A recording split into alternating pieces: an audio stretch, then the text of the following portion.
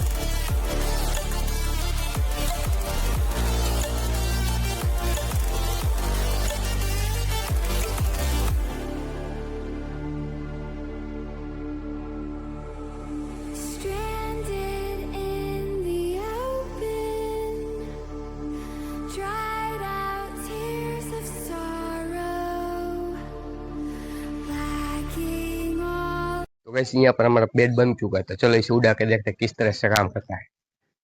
वो गाइस देख सकते हैं आप यहाँ पर इसने पंछी की जैसे पंख फैलाता है इस तरह से इसने काम किया। तो चलो और एक बार करके देखते हैं।